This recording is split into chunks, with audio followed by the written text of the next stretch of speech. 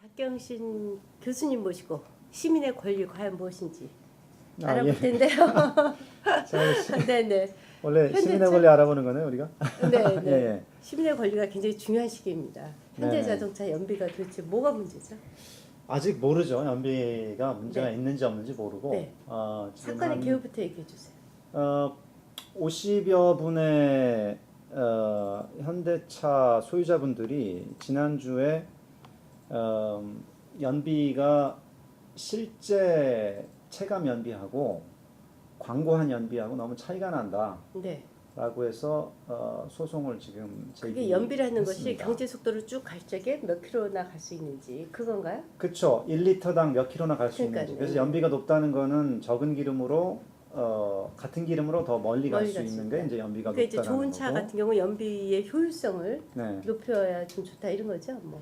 그렇죠. 연비가 높을수록 좋은 차죠. 그렇죠. 좋은 일단. 차죠. 네. 물론 이제 근데 사실은 지금 비싼 차는데 연비가 다 비싼 차는 원래 연비가 낮은데. 네, 그렇죠. 예, 예. 네. 근데 여하튼 그걸 좀 속였다 이런 얘기인가요? 그러니까 체감하는 것, 그러니까 광고에 나온 것보다 기름이 더 든다 이 얘기죠. 그렇죠. 소비자는. 그렇습니다. 그럼 그렇습니다. 어느 게 진실인가요, 도대체? 어, 소비자 단체는 조사 이게 안 이제 했나요? 진실이라고 생각을 그러니까 연비에 문제가 있다라고 소송 제기하게 된 그 계기는 사실은 미국에서 네.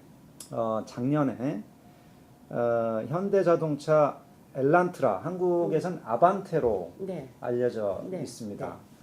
2011년 알란트라에 대해서 미국 소비자들이 소송, 개인 소송도 개별 소송도 내고 집단 소송도 내고 좀 이따 저기 집단 소송이 뭔지는 좀 다시 좀 물어봐 주세요. 예. 개인 소송은 한 사람이 아니고 집단 소송 뭉쳐서 하는 거 아닌가요? 아니에요? 그게 이제 많이 오해하시는 건데 집단 소송은 네. 한 사람이 어떤 그 그룹을 대표해 가지고 그 그룹의 모든 사람들이 참여하지 않아도 그 그룹을 대표해서 소송을 제기하는 걸 집단 소송이라고 합니다. 그렇군요. 그러니까 무슨 단체의 대표로서 한다 하면 그 집단이 되는군요. 단체가 아니라고 하더라도 예를 들어서 미국에서 현대 엘란트라 2011년형을 산 모든 사람을 대표해서 그렇게 대표할 수가 있어요? 예, 소송을 진짜? 이거 서명 안 받아도요? 서명 직접 안 받아도 어떻게 대표할 수가 있어요? 그래서 이제 법원에서 허가를 해줘요. 그래요? 예, 법원에서 보고 이 사람이 대표할 만한 사람인지 그 능력 있는 이 수많은 뭐 이제 뭐 10만 명 넘는 사람들이 있을 텐데 네, 소유자들이 네. 그 사람들을 대표할 만한 능력 있는 변호사가 붙어 있는지 또 그 받은 피해가 뭐랄까 좀 공통성이 있는지 한 그룹으로 묶을 만큼 또 지금 대표한다는 사람이 그 중에서 좀 전형적인 피해를 받은 사람인지 이런 것들 다 판단해서 허가를 해서 네. 소송에서 이기면 그 그룹 전체에 대한 그 혜택이 액수를 오는군요. 측정을 해서 법원 판결이 나오게 되면 네. 그 판결 액수를 나중에 광고를 해가지고 현대 알란트라 2011년 가진 사람들은 다 연락해라 돈 주겠다라고 해서 돈을 나눠주는 그런 절차를 거치게 됩니다. 그러면 그 의인이 한 사람 탄생하는 거네요. 그렇죠. 그리고 그 사실은 연비 차이로 한 사람이 보는 피해가 뭐 1년에 뭐 미국 돈으로 뭐 몇백 불 내지는 뭐 많아봐야 이제 1,000불 뭐 우리 돈으로 몇백만 원 정도일 텐데 그거 받으려고 개별적으로 소송을 하기는 제기한다는 걸 기대하기 어렵잖아요. 근데 이게 대신 지금 미국에서 소송한 건가요? 그렇습니다. 국내, 미국에서 예, 미국 예. 사람이? 그렇죠.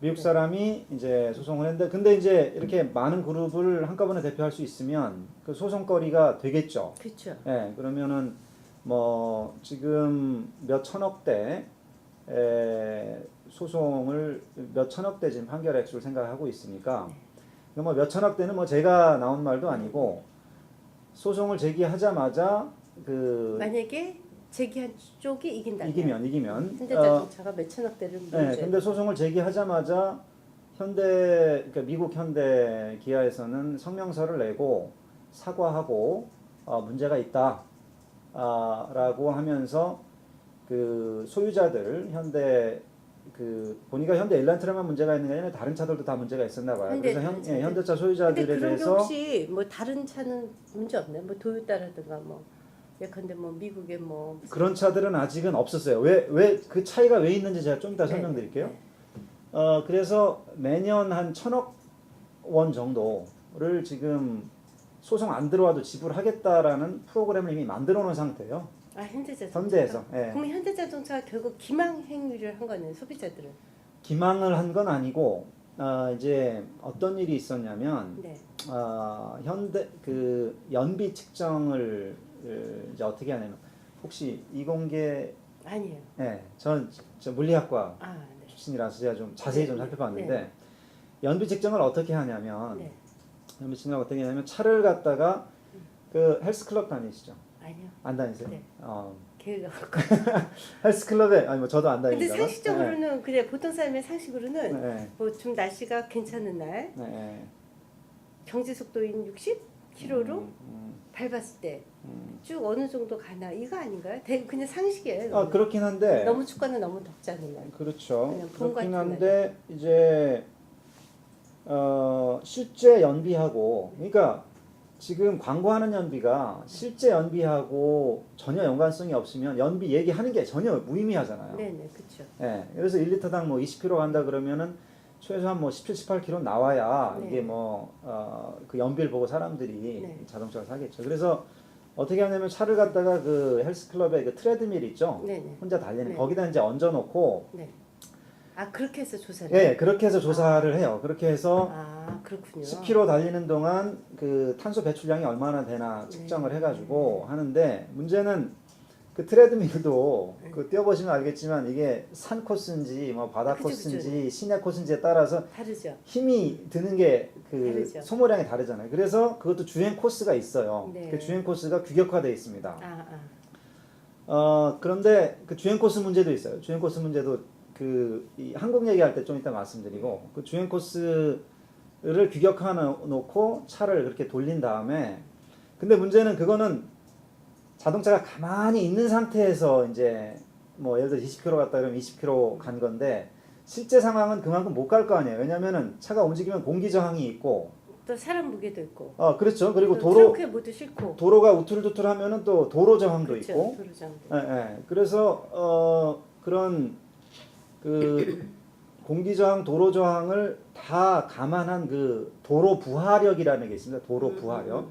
그 도로 부하력을 그 트레드밀 기계에다가 또 해요. 인공적으로 집어넣어요. 네네. 예, 집어넣어서 그러니까 이게 그 기계도 되게 어렵겠네요 만들기. 그쵸. 그게 이제 돌아가는 게 이제 더 힘들게 좀 만드는 네. 거죠. 그런데 이 도로 부하력 측정을 현대에서는 그 미국 기준으로 안 하고 한국 기준으로 측정을 했다는 거예요. 그럼 한국이 도로가 더 좋나요? 더 나쁘죠. 도로가 더 좋죠. 한국이? 네, 한국이 더 한국은 좋아요? 아스팔트 도로가 많고 미국은 시멘트 도로가 많아요. 아. 시멘트 도로가 더 우툴투툴하기 때문에 도로 부하력이 더 많고 도로 부하력이 더 높기 때문에 저항이 세니까 연비가 더 적게 나오는 거죠. 아. 근데 한국에서는 아스팔트 도로에서 이제 측정을 하다 보니까 그 연비가 더 높게 우리도 고속도로는 다 시멘트죠.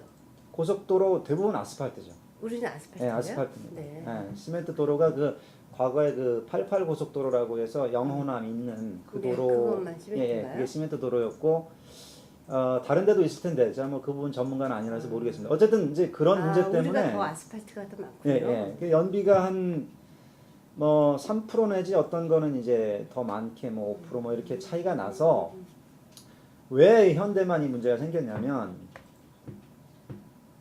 EPA 그러니까 미국에서는 환경청에서 그 연비 관리를 하는데 EPA에서 그 조사를 한 거예요. 네. EPA에서 조사를 했는데 현대차들은 전부 다 문제가 있고 평균 한 3% 차이가 난다라고 해서 EPA에서 그 시정 권고 발표를 합니다. 그래서 그 다음에 이제 막 소송이 제기되고 그렇구나. 소송이 제기되고 그 소송의 그 이유는 그 한국의 도로 사정을 거기다 칼큘레이트했다 이 얘기네요. 그렇죠. 예. 그리고 그 소송이 제기되니까 근데 이상하게 왜 제가 이 질문을 하냐면요. 네. 예컨대 현대자동차에서 우리나라 국민들이 막 소송을 했다 이러면은 제가 분명히 우리나라 국민 편을 들 텐데 미국에서 소송을 미국 사람이 했다니까 갑자기 이게 우리 자동차가 막 쓸데없는 애국심이 지금 발동을 해갖고 지금 자꾸 여쭤보는 거예요. 그러니까 그런 얘기 하시는 분들이 있어요. 이게 소송 제기되니까 현대차가 미국에서 잘 팔리니까 이걸 견제하려는 거 아니냐 이런 얘기 하시는 분도 있고 막 그런 생각이 그 소송 제기한 소비자단체가 무슨 극우단체다 뭐 이런 주장하시는 분들이 있는데 제가 진짜 찾아보니까 극우단체 아니고 사실은 이게 EPA도 이제 정부기관인데 왜 EPA가 그럼 현대차만 그렇게 전수조사를 했냐? EPA가 한 게 아니라 소비자들이 그 자동차를 그러니까 미국에서 어떤 붐이 있었냐면 40마일 per 갤런 붐이 있었어요. 그러니까 1갤런으로 40마일, 40마일이면 뭐 한 60km가 이제 60km 가까이 되는 건데 1갤런으로 40마일 per 갤런을 그 가는 자동차들이 2011년도에 막 나오기 시작을 했어요. 2010년도에 나오기 시작을 했는데 현대에서도 딱 이거다라고 하면서 40마일 per 갤런 차를 딱 내놨는데 이게 가격이 딴 40마일 per 갤런보다 한 가격이 상당히 싼 거예요. 뭐 2,000불, 3,000불 이상 싼 거예요. 차값이. 네, 차값이. 그래서 이제 히트를 쳤죠. 네. 근데 많이 사다 보니까 많은 사람들한테 더 관심과 많은 사람들이 더 자세히 들여다본 거죠. 이 차가 정말 그렇게 많이 다녔다. 근데 실제로 보니까 인터넷에 이제 나 샀는데 40마일은커녕 뭐 20마일도 안 나온다. 뭐 이런 이제 댓글들이 막 올라오니까 그 컨슈머 워치독이라고 매우 공신력 있는 소비자 기구입니다. 네. 거기서 발표한 거는 거의 항상 소송으로 진행돼서 이어지는. 소비자들이 뭐 혜택을 보고 그럴 정도로 그 단체 그리고 이제 자동차 잘 아시는 분들은 그 카앤드라이버라고 네. 모터 트렌드 모터 트렌드라고 그러니까 자동차의 패션 잡지 같은 거죠. 네. 그 자동차 잡지에서 그 두 군데에서 그 잡지하고 소비자 단체에서 실험을 했는데 실제로 이제 너무 차이가 난 거예요. 40마일 per 갤런하고 다른 차들은 안 그런데 그 차는 이제 차이가 나서. 현대차 편도 아닌데 이제 좀 억울한 생각이 드네요. 우리가 이게 국민 감정이 좀 있어서 지난번에 도요타 막 리콜되고 당하고 그랬잖아요. 전 세계로. 그러니까 조금 고소하더라고요. 이러면 안 되는데. 아니 제가 이 구구주의자인가. 아니 근데 그게 그래서 이제 현대차가 엄청 물어줘야 근데 사실은 그렇게 돼도 다 결국에는 보험회사 아니 근데 그 도요타 생산량이 상당량이 그 현지 생산되는 거고 현대차 상당수도 현지 생산되는 거라서 잘 안 팔리면 현지 미국 노동자들도 손해를 봐요. 그렇죠. 그러면 정리해고되고 맞습니다. 미국은 사실 정리해고 자유롭게 되니까 그런 문제가. 그러니까 꼭 이거를 그래서 이제 미국 한국 문제로 볼 건 아니에요. 아니 이제 저희가 그냥 괜히 하는 얘기고요. 또 우리가 이제 국가 감정이 있으니까 특히 이제 한국차 뭐 미국에서 못 팔게 하려고 이런 게 아닌가. 우리가 한국차가 굉장히 좋잖아요. 그 미국차 우리나라에서 안 팔리잖아요. 그런 보복이 아닌가 이런 의심을 좀 잠깐 했었거든요, 제가. 근데 그건 아니고 여튼 현대차에서 사과를 한 거네요. 사과도 하고 지금 소송 제기된 게 아마 요구하는 게 한 8천억 넘게 요구를 할 건데 이미 사실 현대에서 지금 보상 프로그램 만들어 놓은 게 지금 매년 1,000억이기 때문에 지금 그거 어떻게 갚아요? 차 보통 뭐 8년은 가지고 있잖아요. 그럼 8천억은 쉽게 되거든요. 그래서 이미 손해를 다 인정한 거나 마찬가지죠. 그렇죠. 그렇군요. 아니 특히 이제 우리가 그래서 그걸 보고 국내 소비자들도 우리도 문제 있지 않냐 소송 제기한 거고. 근데 그거는 이제 저기잖아요. 한국 도로 사정에 따라서 했다면서요. 그거 제가 좀 말씀드릴게요. 그것도 아니군요. 근데 이제 저런 거 있잖아요. 우리가 이번에 이제 일본이 아베 정권 들었으면서 뭐 N을 엄청 찍으면서 이제 N화가 절하되고 있지 않습니까? 그러면서 이제 우리나라 수출이 굉장히 어려워지는데 가장 많이 타격을 받을 곳이 바로 현대자동차라는 거거든요. 전 진짜 현대자동차랑 아무런 관계도 없지만 괜히 또 이 쓸데없는 애국심이 발동해갖고 뭐 이런데 여하튼 또 우리나라에서는 어떻게 되는 거예요, 그러면? 그러니까 이제 처음에 나왔을 때 이제 불을 빨리 끄려고 우리나라는 관계 없다, 뭐 차종도 다르고 뭐 이제 그런 얘기들 많이 하셨는데 사실은 차종이 조금씩 다르지만은 아반떼가 국내에서도 팔리는 건 마찬가지거든요. 마찬가지고 사실은 차종보다는 연비 측정하는 방식이 그러면 우리는 문제 없냐라는 건데 조금 충격적일 수 있는데 한번 들어보세요. 아까 제가 말씀드렸죠. 연비 측정하려면은 차가 다니는 코스를 그러니까 주행 경로라고 하는 주행 경로가 규격화돼 있어야 된다. 산으로 가는 건지 시내로 가는 건지 딱 정해놓고 똑같은 주행 경로를 모든 차들에 적용해야 그게 연비가 의미가 있잖아요. 그렇죠. 그래서 저 언덕을 얼마큼 올라가고 내리막길 어디 있고 신호등에선 몇 번 쓰고 우회전 좌회전 몇 번 하고 이런 것들이 이제 정해져 있어야 네.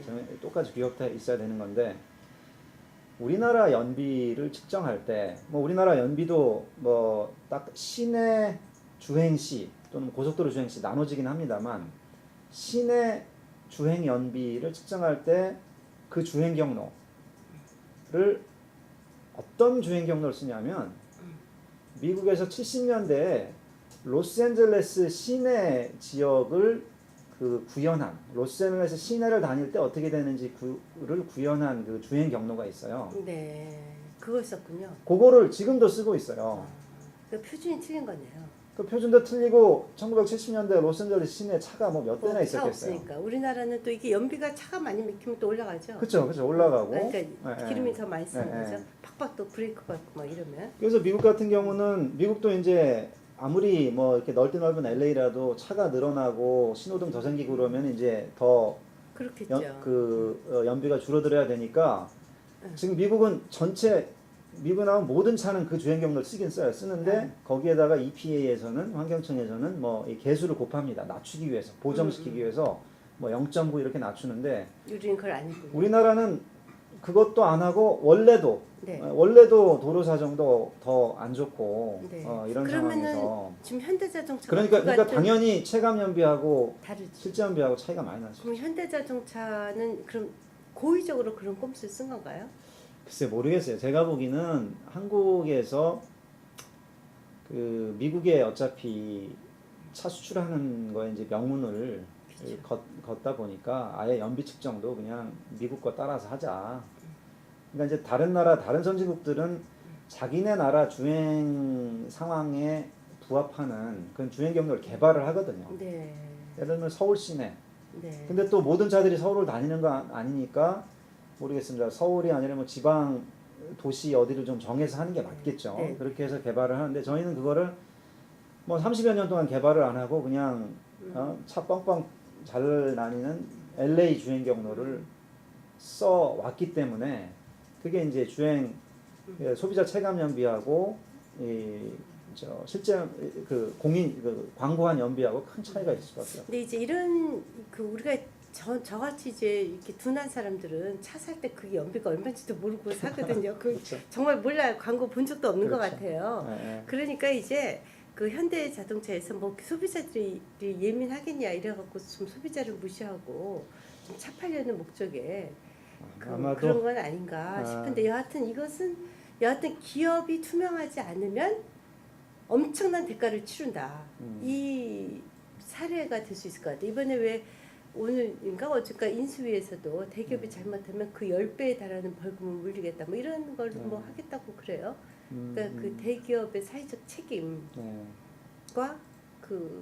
윤리의식이 굉장히 중요한 하나의 잣대가 되겠네요. 괜히 애국심을 운운하지 말고 현대자동차가 정신 차려서 연비를 스스로 낮추려는 노력과 동시에 소비자한테 솔직하게 하는. 그렇죠. 그리고 이제 정리하시기 전에 국가도 책임이 있어요. 뭐냐면 EPA는 그러니까 미국에서는 연비를 사실은 연비도 어차피 제품의 품질 중에 하나니까 품질을 전부 다 국가가 인증을 받아서 광고를 하지 않잖아요. 예를 들어서 컴퓨터가 얼마나 빠르다 이것도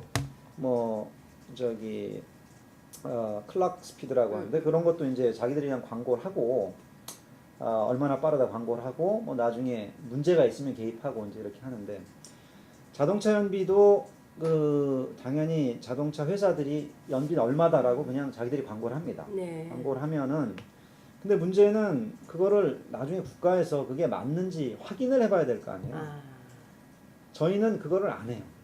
그렇군요. 저희도 관리감독 기관이 없어요? 있어요. 에너지관리공단이라고 있고 하는데 하긴 하는데 결정적인 부분을 안 해왔어요. 뭐냐면은 차의 신차 새로 출시되는 차들의 얼만큼을 갖다가 정기적으로 연비 측정을 하는데 연비 측정을 할 때 아까 말씀드렸던 도로 부하력 그걸 입력을 해줘야 되는 그 기기에다가 얼마나 이게 이 제자리 달리기 하기가 어려운지를 입력을 시켜야 되잖아요. 그 도로 부하력 값을 스스로 측정을 안 하고 국가기관에서 스스로 측정을 안 하고 그냥 현대기아에서 현대기아에서 내면은 그거 그냥 입력해서 측정을 해. 그럼 거기서 벌써 3% 10% 차이가 날 수 있는 거예요. 그러니까 우리나라 공무원들은 도대체 왜 늘 그런 모양인지 모르겠어요. 그게 공무원들의 복지부도 아니겠어요? 여튼 그래서 이번에 미국에서 문제가 되니까 올해 초부터 이제 국가에서도 그 도로 부하력 값을 직접 산출해서 연비 측정을 하겠다라고 발표를 했는데 이제 어떻게 잘할지 두고 봐야 되겠습니다. 제가 현대차가 있으면 저도 소송에 걸었을 텐데 현대차가 없어서. 현대차 아무튼 이것이 다른 차도 마찬가지일 수 있겠네요. 우리가 소비자가 의식을 확실히 찾아서 그럼요. 찾아야 되겠어요. 그렇게 돼야 기업들이 점점 경쟁력을 갖죠. 그렇죠. 네네. 그리고 두 번째 표창원 씨. 네. 표창원 씨를 국정원 직원이 고발했어요? 국정원 간부가 왜 고발했어요? 그 국정원의 명예훼손? 우리 지난주에 이렇게 뜨겁게 얘기했던 왜 명예훼손? 서로 다른 이유로 열받았던 국정원 이제 개입한 거 아니냐는 의혹을 자꾸 제기하니까 거기에 대해서 간부가 명예훼손이다. 개인 차원인가요? 국정원 차원인가요? 간부가 우선 명예훼손을 제기를 했는데 그럼 개인 차원이네요? 그렇게 볼 수 그러니까 있겠는데 조직에서 한 건 아니잖아요. 조직에서 한 건 아니죠. 조직에서 한 건 아니지만 소송을 근데 이제 명예훼손은 왜 명예훼손을 당했냐? 자기가 수행한 공무에 대해서 허위를 얘기했으니까 이제 명예훼손을 당했다라는 거에서 공무적인 차원도 뭐 없는 건 아니죠. 예. 근데 이제 그래서 어떻게 되고 있나요, 이제? 모르죠. 이제 고소했으니까 이제 기소를 잠깐만요. 어느 부분을 고소한 거죠? 그러니까 표창원 그 전 교수의 어느 부분이 명예훼손에 해당하는 건가요?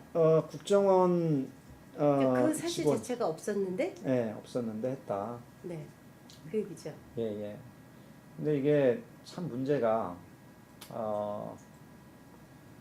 국정원 간부의 이제 공무라는 그 공무는 간부의 공무라고 볼 수도 있고 이제 국정원 이제 공무인데 문제는 이렇게 국가기관의 어떤 행동에 대해서 일개 시민이 이러저렇다라고 그분은 비판을 할 때 시민이자 동시에 국정원 직원이잖아요.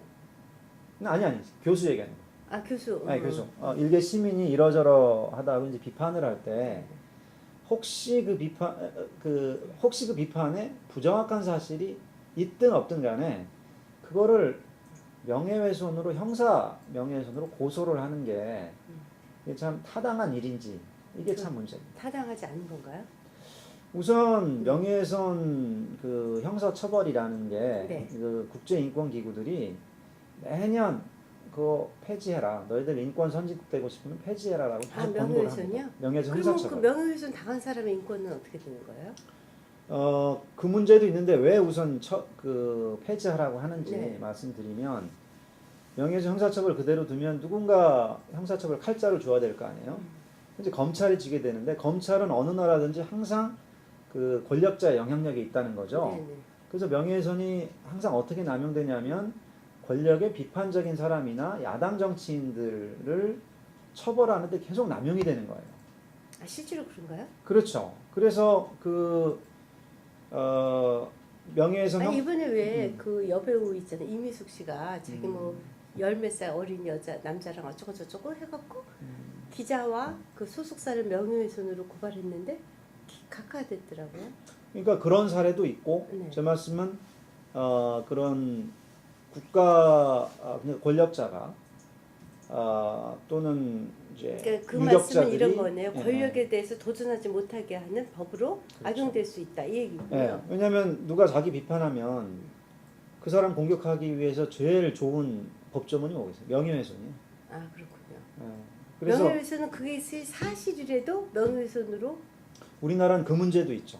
되잖아요. 사실이어도 그쵸. 그걸 거론하면 명예훼손에 걸릴 수가 있죠. 그렇죠. 그래서 제가 그 제 책 제목도 진실 유포죄로 썼던 이유가 그거 아니겠습니까? 우리나라는 맞습니다. 그 외국은 사실인데도 불구하고 안 그렇죠. 외국은 사실이면 명예훼손죄가 안 되나 보죠. 그렇죠. 법조문에는 아직도 사실도 명예훼손 되는 법조문이 있지만 실제로 사실인데 명예훼손 처벌하는 경우는 없고 명예훼손 처벌하는 게 아니라 그 조항을 어디다 쓰냐면 예를 들어서 무슨 저 섹스 동영상을 누가 막 유출한다라거나 이렇게 해서 프라이버시를 침해하고 사생활 침해하는 거를 그 이 진실 명예훼손 조문을 이용해서 잡죠. 근데 우리나라는 뭐 사생활이라고 볼 수 없는 뭐 저 사람이 뭐 성상남 받았다, 또는 저 사람이 뭐 임금체불했다, 이런 것도 다 사생활이라고 볼 수는 없잖아요. 딴 사람한테 피해를 주는 건데 그런 걸 명예훼손으로 근데 실제로 성상납을 받았어도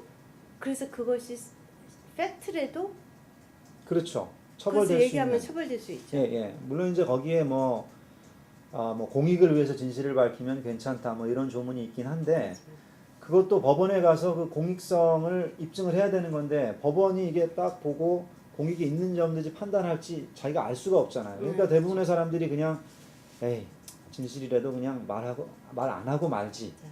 이런 사례. 그러니까 이제 지금 그 국정원 직원이 이 표창원 교수를 명예훼손죄로 고발한 건 자칫 그 시민들의 권력에 대한 견제 기능을 죽일 수 있다. 그렇죠. 이런 우려를 얘기하시는 거죠.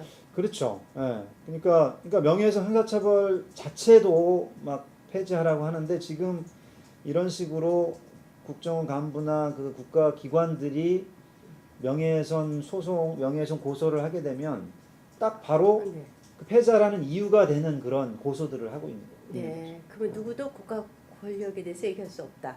근데 표창원 교수가 만약에 지금 한 얘기들 중에 허위가 진짜 있다면? 허위가 있다면 그건 어떻게 해야 돼요? 허위가 있다면 그러니까 왜냐하면 제가 이번에 보면 이제 이동욱 씨 있지 않습니까? 저는 이제 그분이 기본적으로 자질이 안 된다는 전제하에 야당 의원이 청문회에서 그 자질이 안 된다고 말씀하셨어요? 지금? 네, 그분은 안 되는 거죠. 그래서 당연히 저는 사퇴해야지 된다고 봐요. 네. 근데 그런 사람에서 헌법소장을 하겠다고 나왔는지 잘 모르겠어요. 그런데 여하튼 그럼에도 불구하고 뭐 예컨대 이제 특정 업무 추진비 같은 것은 횡령한 것이 맞지 않습니까? 그런데 이제 할인권, 그러니까 항공사 할인권 깡, 항공사 깡이라고 항공권 신조. 깡. 그건 아니라는 거 아니에요? 근데 야당원이 그냥 얘기했단 말이에요. 그거는 명예훼손 아닌가요? 그건 막 그 팩트가 아닌데 일단 아니면 말고식으로 야당원이 청문회에서 전 국민 시청하고 있는데 던지고 마니까 사람이 막 되게 그 치졸해지거든요. 근데 저는 처음에 그 얘기를 들었을 때 이 사람 진짜 웃긴 사람이다 이러고 막 욕했거든요. 그러니까 형법이 왜 존재하는지를 우리가 봐야 될 거예요. 그럼요. 형법이 형법을 만들어 놓은 이유가 시민이 다른 시민들에게 해를 끼치는 거. 좀 시민이 사회 전체에 해를 끼치는 거 이제 이걸 막기 위해서 만들어 놓은 건데 시민이 국가에 대해서 비판을 한다. 우선 이제 이동욱 씨 건은 이제 조금 다르죠. 이동욱 씨 건은 이동욱 개인에 대한 거기 때문에 어떤 그 공적 업무에 관해서 한 게 아니라 근데 이제 국가의 공적 업무에 대해서 뭔가 비판을 했는데 거기에 혹시 허위가 있다 손 치더라도 과연 그게 국가가 형법으로 그 개인을 처벌할 것인지 아니면 이것은 국가는 뭐예요? 국가는 국민으로부터 권한을 위임받았잖아요. 그렇죠. 그러면 그 권한을 이용을 해가지고 그 정치적인 통로를 통해서 예를 들어서 그런 어떤 그 허위의 그 비판이 있는 경우에 국가가 가진 자원이 있지 않습니까? 그래서 이러이러해서 아니다라고 해명을 하거나 이런 식으로 해서 그 해결을 할 수 있는 건데 이거를 이런 건 어때요? 지금 이제 국정원 여직원 사건과 관련해서는 경찰의 발표를 믿는 사람도 있지만 안 믿는 사람도 상당히 많지 않습니까? 그렇죠. 그렇게 본다면 만약에 국정원 내 그 업무 담당자가 피해자라고 생각하면 사실은 자원이 있다 손치더라도 진실을 알기가 어렵죠. 그러니까 경찰의 말을 안 믿는 거는 사실을 그 사람들의 판단을 한 거잖아요. 근데 그 책임을 왜 표창원 교수가 져야 되나? 그러니까 사람들이 경찰 얘기도 듣고 딴 사람들 얘기도 듣고 자기들이 판단을 해서 국정원에 문제가 있는 것 같다. 잘은 모르겠지만 이런 판단을 하는 건데 그 책임을 이제 표창원 교수가 져야 된다. 그러니까 여기서부터 좀 문제가 있는 거죠. 그러니까 이거는 이제 명예훼손 그 원리 자체에 대한 그러네요. 논의일 수도 있는데 저에 대한 평판, 네. 저에 대한 평판이 과연 제 건지, 네. 저에 대한 평판이 뭐 제 가슴 속에 있나요, 머릿 속에 있나요, 뭐 제 몸 안에 있는 게 아니잖아요. 네. 네. 다른 사람들 머릿 속에 있는 거지. 근데 다른 사람들의 생각이 뭔가 좀 잘못된 정보라고 할지라도 그 정보의 영향, 왜냐하면 잘못된 정보라고 할지라도 그 정보를 믿고 안 믿고는 그 사람들 판단인데 네. 그렇게 해서 각자 자기에 대해서 저에 대한 평판을 성립시켜가지고 각자들 가지고 있는데 그 평판이 내가 생각했던 것보다 좀 저하돼 있다고 해가지고 그 정보를 제공한 사람을 국가가 개입해서 처벌해야 되는 건지. 여하튼 그거 제가 잘 저는 분명하네요. 권력기관이니까 한쪽은 시민이고 그럴 적에 이제 권력의 크기가 다르지 않습니까? 그 이제 권력기관이 갖고 있는 정보를 다 알 수가 없으니까 개인은 여러 가지 의혹을 제기할 수가 있죠. 팩트든 아니든 간에. 그리고 모르니까 의혹을 제기하는 거고 네. 사실 그게 더 문제예요. 이게 지금 알려진 게 너무 없잖아요. 그렇죠. 알려진 게 너무 없어서 할 수 있는 건 의혹을 제기하는 것밖에 없는데 의혹을 제기했다고 해서 그걸 명예훼손으로 할 수는 없다. 잡아넣으면 네. 그래서 이제 예를 들어서 그 박원순 씨도 그 국정원에서 그때 이제 손해배상 소송 당했었고 또 그 MBC PD 수첩 그 네. 광우병 보도팀 같은 경우도 정운천 농림수산부 장관의 명예를 훼손했다고 해서 형사 고소를 당했는데 다 무죄 났죠. 하나 무죄, 박원순 씨도 이제 책임 없다, 네, 그러니까 승소 그렇게 판결 됐죠. 나고 했는데 둘 다 그 보면은 알 수가 없어서 의혹을 제기하는 거예요. 네, 그러니까 예를 들어서 박원순 씨도 전해 들은 얘기잖아요. 네. 뭐 어떤 은행 이런 데서 아름다운 재단에 기부하기로 했는데 국정원에서 전화 와가지고 뭐 못했다. 네. 이런 얘기는 사실 들은 얘기만 그 자기가 하는 거지 실제 국정원장한테 연락을 받았는지. 근데 대부분의 그 권력에 대한 네. 비판이 항상 의혹적일 수밖에 없거든요. 그러니까 그렇군요. 광우병 보도팀도 광우병에 대해서 알려진 사실들이 너무 없잖아요. 네네. 광우병은 실제 인간광우병 사례 너무 없고. 네. 그러니까 언론은 그런 의혹 제기를 할 수 있다. 시민으로서는 모르면 모른다. 비명 정도는 지를 수 있다는 거죠. 네. 이게 지금 표창원 씨가 뭐 얘기한 게 네. 너무 답답하다. 제목은 답답하다고 이러이러해서 답답하다라고 얘기를 한 네. 어떤 이제 한숨 쉰 건데 네. 한숨 쉰 걸 가지고 명예훼손 고소를 해버리면 어떡해. 네. 그 세계 인권단체도 명예훼손에 대해서는 하지 말라는 권고거든요. 조중동이 그 국제 언론 사주들의 연합인 IPI, 그쵸. International Press Institute의 회원인데 그렇죠. IPI가 매년 하는 게 그겁니다. 명예훼손 형사처벌 당하는 데 있으면 편지를 보내가지고 명예훼손 형사처벌이 이런 식으로 인권을 침해하는 거고 이런 일은 있어서는 안 된다. 그렇군요. 예. 그렇죠. 공인과 국가기관은 언제나 그 의혹을 제기의 대상이 될 수 있죠. 그렇죠. 그리고 그런 의미에서도. 그리고 형사처벌 그리고 이제 그건 이제 민사소송도 적용되는 거지만 형사처벌의 경우에는 그 수사를 검찰이 하는 거기 때문에 국가기관에 대해서 비판을 했는데 동료 국가기관이 와가지고 그거를 수사를 하게 되면 과연 그게 공정한 그런 수사가 있을 수가 있습니다. 네, 또 다른 국가기관에서 그렇죠. 수사를 할 경우 이쪽은 한 개인이니까 그러니까 그것은 결국 권력에 대한 견제 및 비판 기능을 살리기 위해서도 개인 차원의 의혹 제기는 법적으로 보호해줘야 된다. 그렇죠. 때문에 그 국정원 직원의 명예훼손 고발은 적당하지 않다. 이 결론이시네요. 그러니까 국가는 형법을 만들어 놓은 게 국민들을 보호하려고 형법을 만들어 놓은 거지 자기를 보호하려고 형법을 만든 게 아니거든요. 저는 오늘 굉장히 중요한 거 알았어요. 그 IPI 등등에서 국제인권기구에서 그 명예훼손을 형사처벌, 명예훼손 형사처벌을 금하도록 권고한다는 사실을 처음 알았어요. 어떤 분들은 네. 이제 혹시 그런 생각 하시는 분들이 있을까봐 어떤 분들은 그럼 명예훼손 형사처벌 없어지면 그럼 민사소송밖에 못하는 건데 이제 정말 허위인 경우에 민사소송밖에 못하는 건데 돈 오는 사람은 어떻게 하냐 그런 말씀 하시는데 주변에 한번 들러보세요. 명예훼손 형사 고소하는 분들이 과연 돈 없는 분들이 하는지 아니면은 연예인, 정치인 이렇게 좀 그 명예를 먹고 사는 그 사람들이 하는 거지 뭐 개인들이 뭐 네. 명예 뭐 훼손당할 것도 별로 없잖아. 예, 예. 공인도 아닌데. 그러니까 그 아 그러네요. 진짜 가진 자 여하튼 가진 자들을 그렇죠. 상대로 그리고 하는 거네. 이 결국에는 가서 그 이제 검찰도 문턱이라는 게 있거든요. 네, 네. 또 경찰도 문턱이죠. 경찰은 자기 피해 당했다고 뭐 사실 고소하고 걔도 가면은 네.